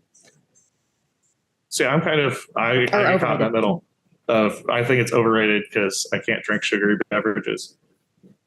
Same, Dylan. I don't know. I don't care. If it tastes good, I'll eat it. Well, I want you to elaborate on this because you're going through a whole thing now, right? Like you're sugar free. Not sugar free, but reduced for like a lot of sugar. And you keep talking about this a little by little. Like, is it worth it for you, or are you noticing benefits? Yes.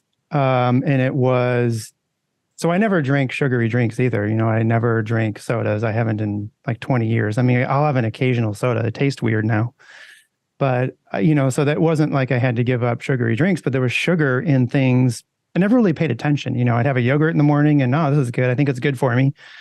But what I didn't know was eating nearly half my sugar recommended daily allowance for the day, just in my little tiny yogurt. And then so on throughout the day. And sugar actually is not very good for you, unfortunately, because I do like cookies and a lot. But, so your body burns, there's 2 types of fuel, sugar and fat. And I think that I guess it's almost a month now, I have adjusted, and my cravings and my blood sugar crashes and all that stuff have gone completely away. And it's really awesome so far. And so I'll talk more about it in the future, not to bore you because we have to get through this stuff. But my answer is sugar is, although very delicious, it's overrated. Yeah. So number 2, Action roller squeegee. I don't have an opinion. I love it, but one of my printers just refuses to use it. Like he's convinced every time that he's trying to use it that it's making the print worse. So is he underflashing or overflashing? I keep trying to play with it with him. It seems like if I'm using it, I don't have any problems, but every time he's using it, even if I'm helping him on press, we can't seem to get it to work properly. So just gaslighting you. Yeah. I feel like in my experience, it's usually people don't like it because they are having issues with overflashing or underflashing, and then it ends up sticking to the screen and they have issues, and then they're just like, fuck this thing, and they stop using it. Yeah, you're saying that if you're rolling after, let's say, your underbase. So if you have never used it, maybe the way to start is like, for example, before you ever print. So like on fleece, you could roll, before Pre-print. you ever go to your, So it's great for that. I think it's underrated. I love it. Number 3 is squeegee durometer. I'm going to say it's underrated because it makes a huge difference. Yes. Same. What is that? Same. Yeah, she's like, what is that whispering? So don't worry. It's not related in art. Stay near this. I mean, if I really had to, I could manually screen print, but I'll stay in my lane. I don't need to be in there. I've made everybody pull a squeegee at least once. So there's different durometers. There's different durometers of squeegees, which are like the hardness or the flexibleness of a squeegee blade. Oh, okay. I gotcha. So you use certain ones for certain styles of printing and certain things. But there's a lot of people who just are like, fuck it, 70s. And then they just run 70s for everything. Oh, well, okay. Then I would say that is underrated because everything has its place. Good answer. So question 3B is AI.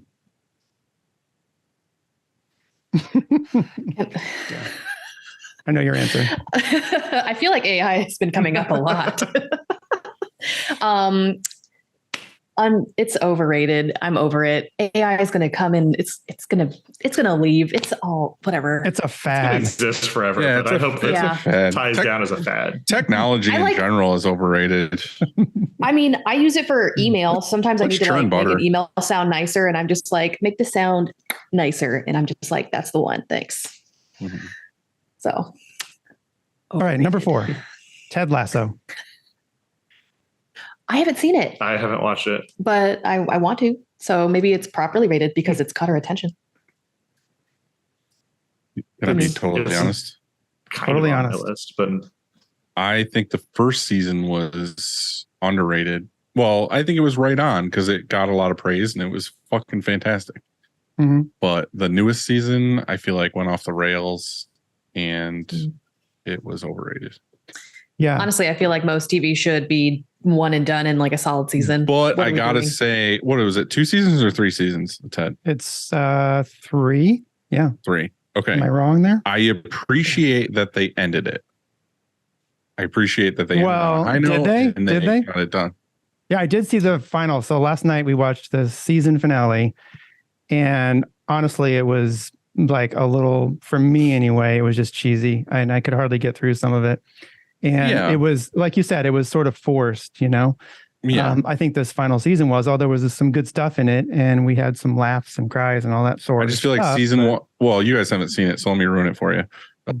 Season 1 and season 2 were about Ted, like basically Ted's thing, and season 3 was about everybody else. So Dylan, as we learned in the finale, it was never about Ted, about the team.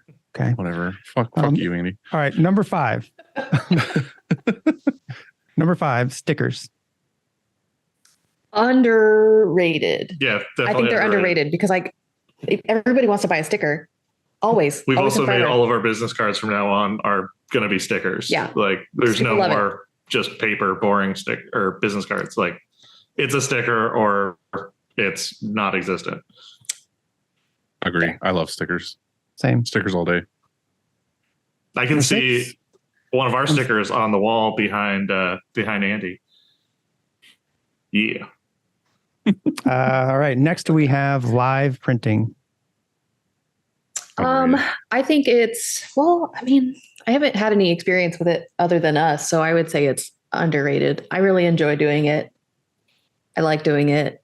I see it's tough because when we have a really good live printing experience, I definitely like, yeah, it's underrated. Like I want to do more, but there's a couple times where somebody gets super excited for it. They really want us there.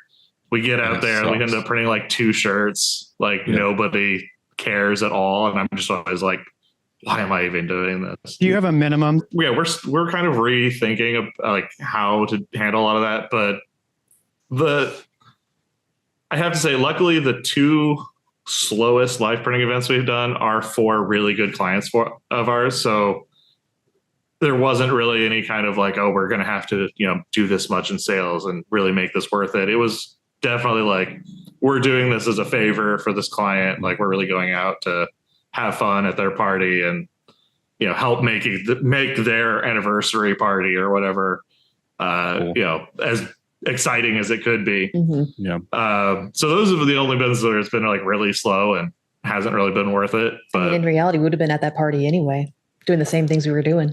Yeah. I think for us, there's 3 ways of doing it. One is you're doing it. And I say it's underrated because our first 3 years of doing it was kind of like what you're saying, where like people come to you and they're like, oh, we want you to live print our thing. And you're like, oh, cool. You go. And then you learn this event fucking sucks. Like it's not worth doing. And then we end up writing a list of like the do's and don'ts, which is basically like, in our opinion, it's don't do like a craft fair. Don't do it if there's a bunch of other people selling other things, because then you're just another vendor. And why would I spend money with you? Whatever. So we basically broke it down to like, we're only going to live print if we're the only ones selling anything. Unless it's like the only one selling something that's not related to anything else. Like if we go to a beer festival, we're the only one selling official event merchandise. There's not 3 other shirt vendors or anything anywhere else. We also made a rule that after all these years of doing it and selling shirts at events, we found out that it's weirdly, we sell to 10% of the crowd. So if there's 1,000 people, we generally sell like 100 shirts. So that's our rule. So if somebody comes to us and like, oh, we're going to have an event, there's going to be like 300 people. I'm like, cool. It's not worth me to come to print 30 shirts. So that's kind of how we do the math now. So if someone's like, oh, we're going to have 10,000 people. It's like, okay, cool. Yeah, this will be a good event. We'll go as long as we're within this. The other thing that we found is do not be by the entrance or the exit of the event.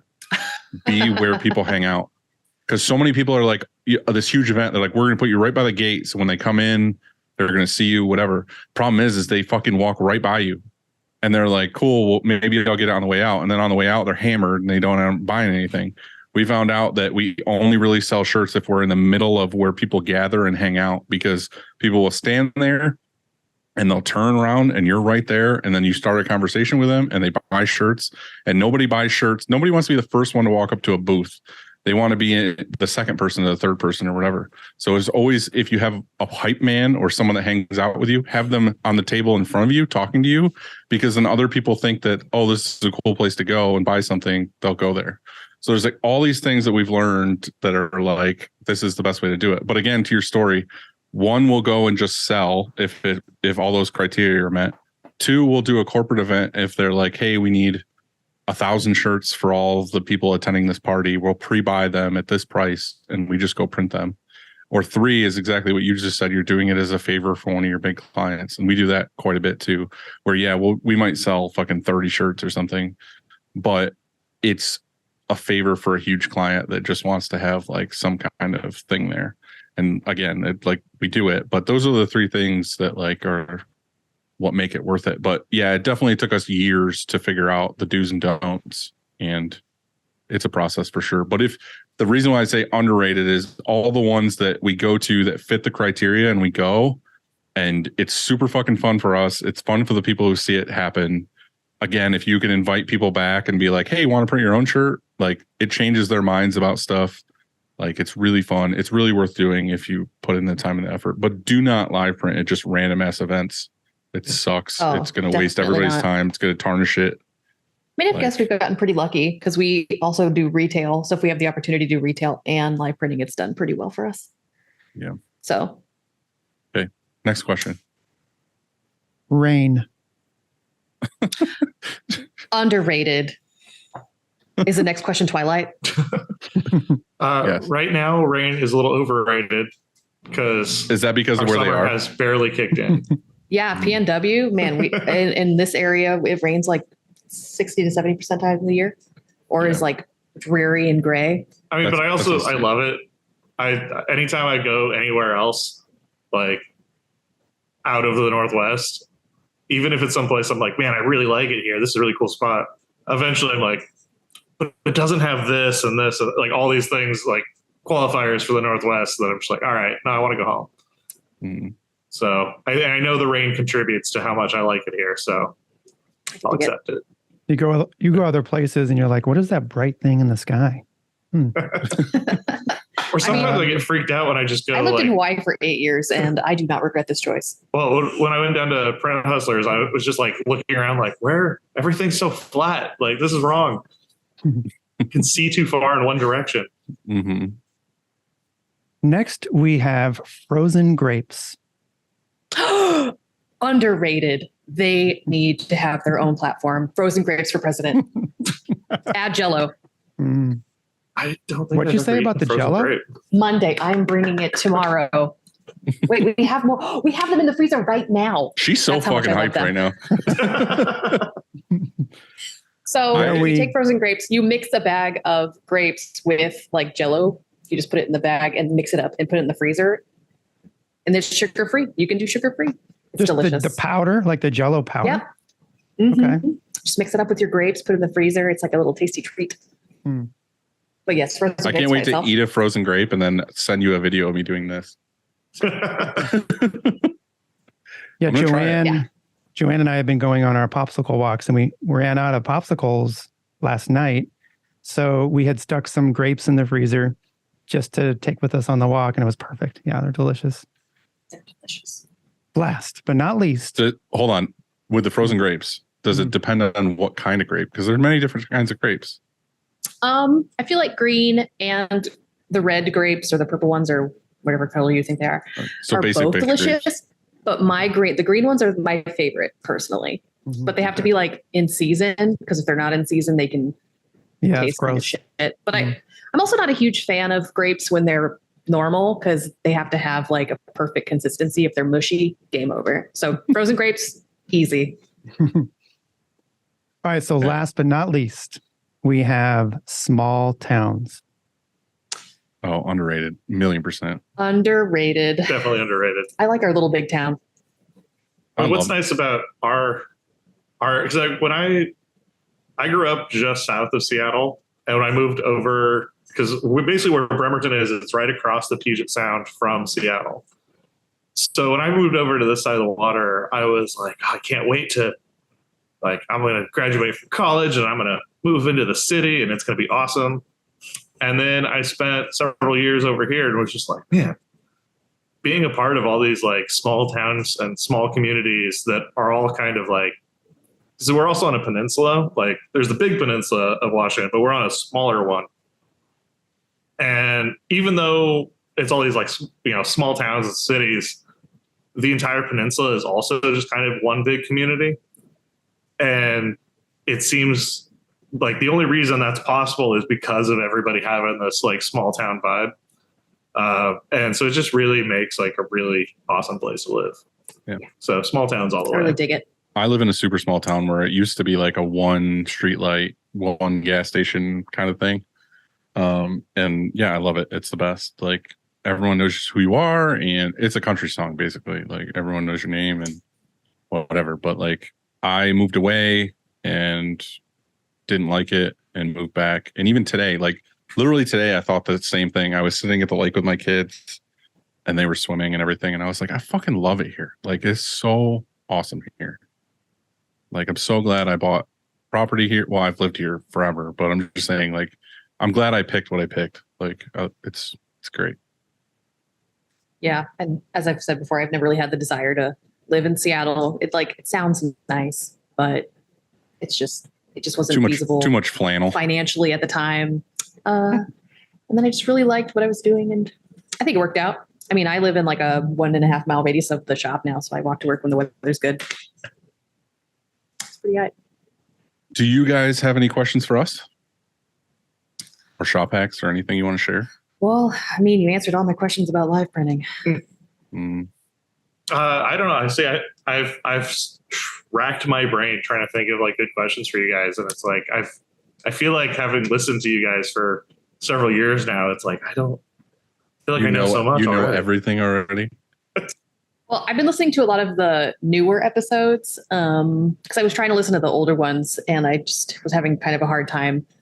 But I listened to a lot of the newer ones, and what I really enjoyed about it was more like the HR and connecting with your employees. And that's really sort of what turned me on to listening to more and more of the episodes.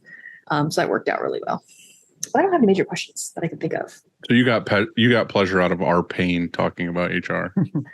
Well, it's funny, like your guys, a lot of your recent HR and hiring and dealing with employee stuff has come at like very convenient timing with us having to deal with similar issues. So it's like we, listen to you guys talk about something, and then like the next week we'd be like, oh shit, we have to deal with this now.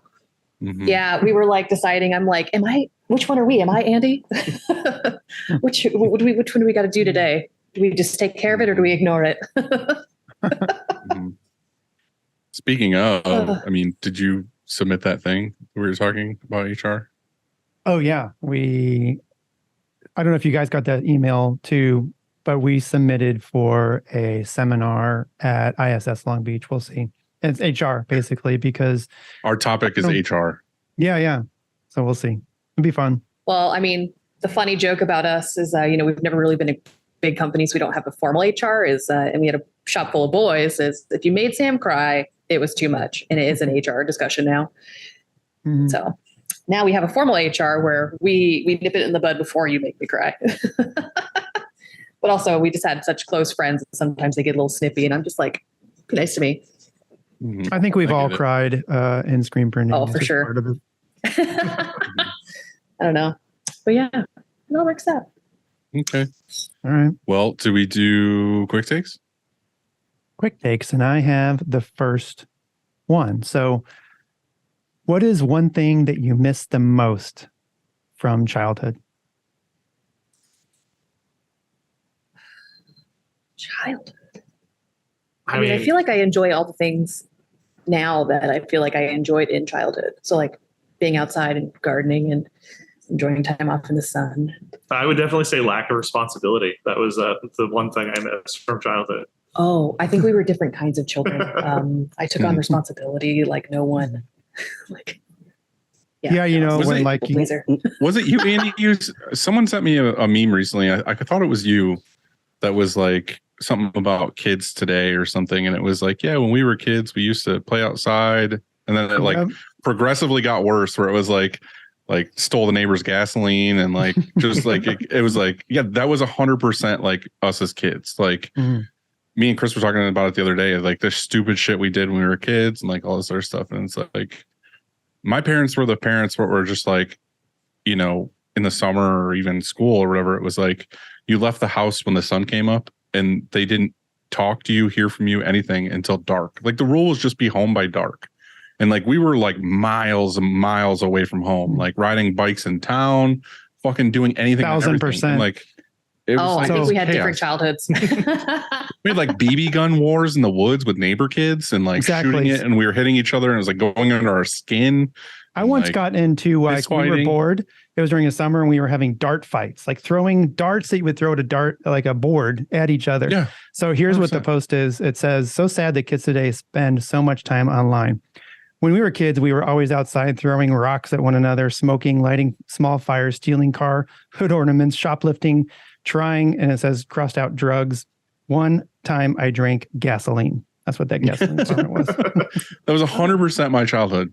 Yeah, All my mom always lived on like large amounts of like acreage. She always had horses and stuff. So a large part of my childhood was just like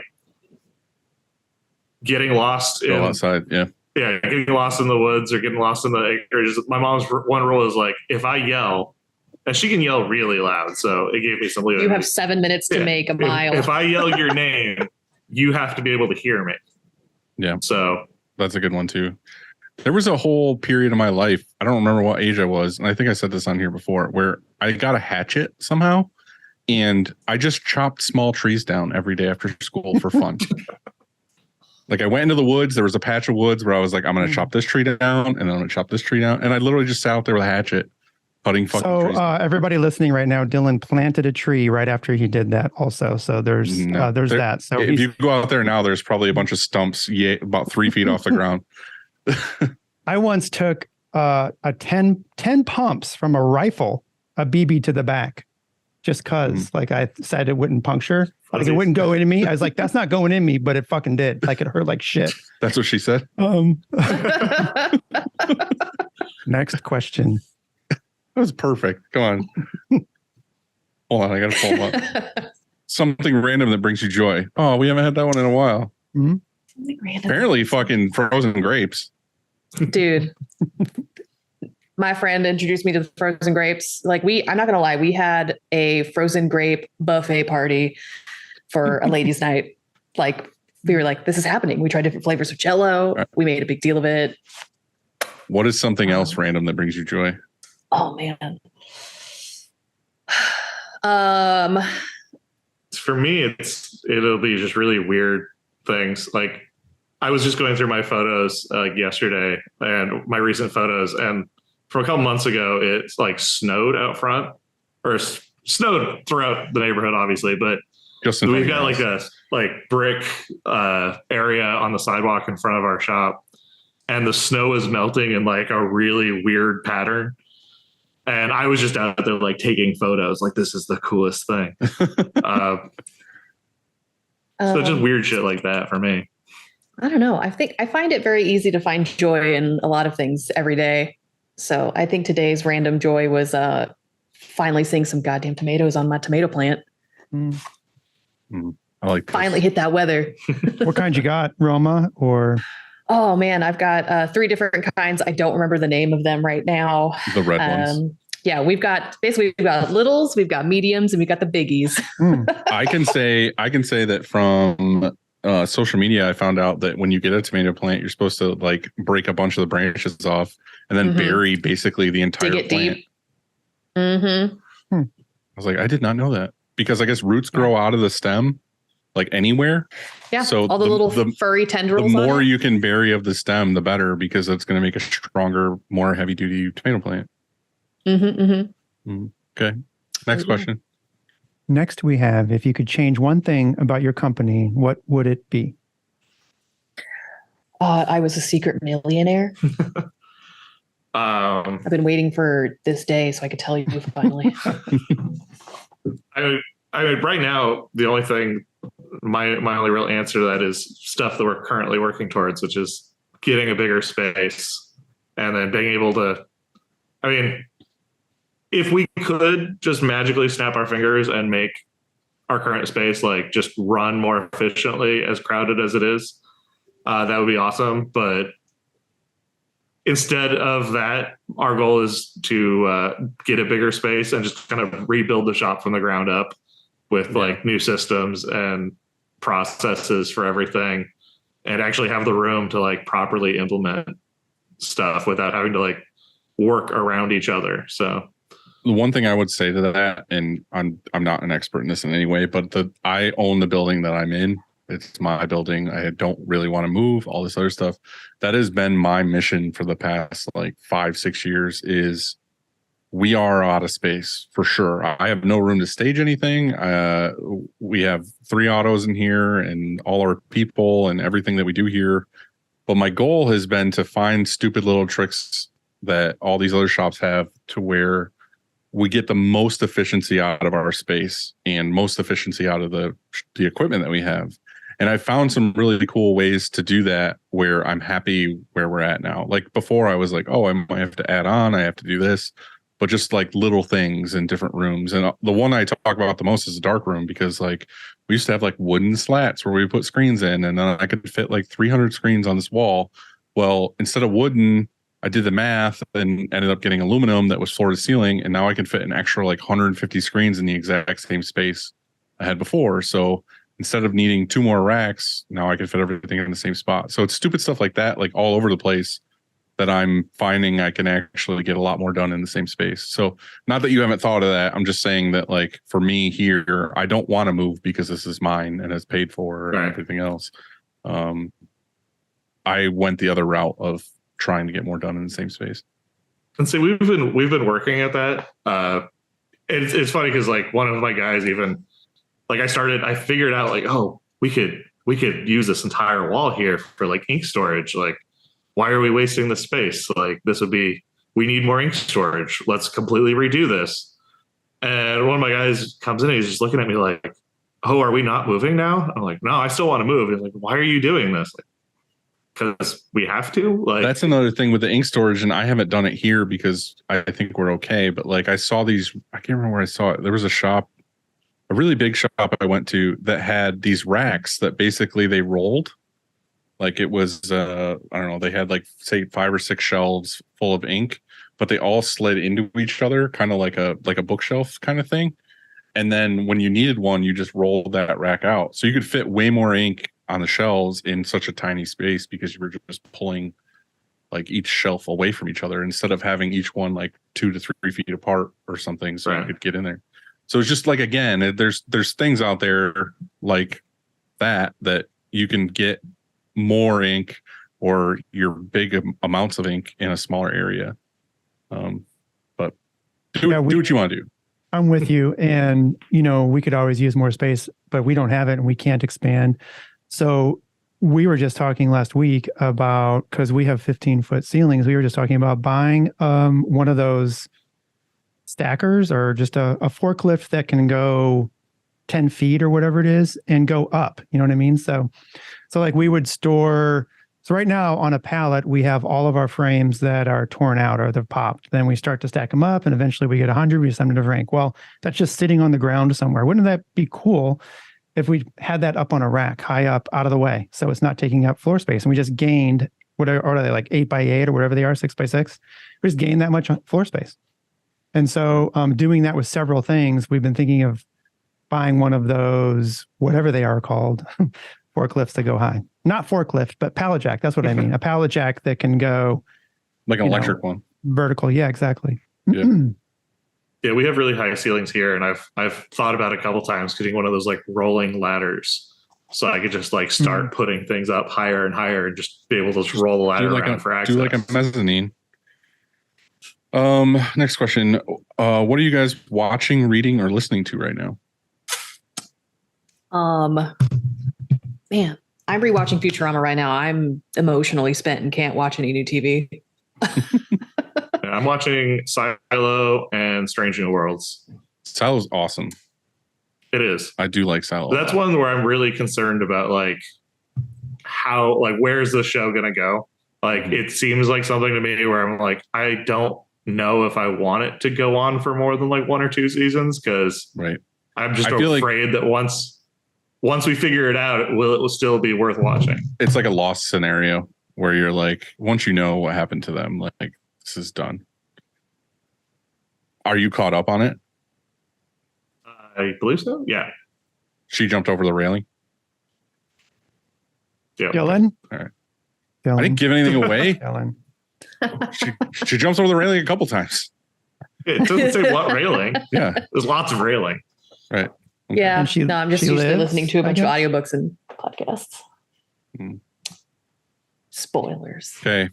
Hit him. Okay, guys, what's for dinner?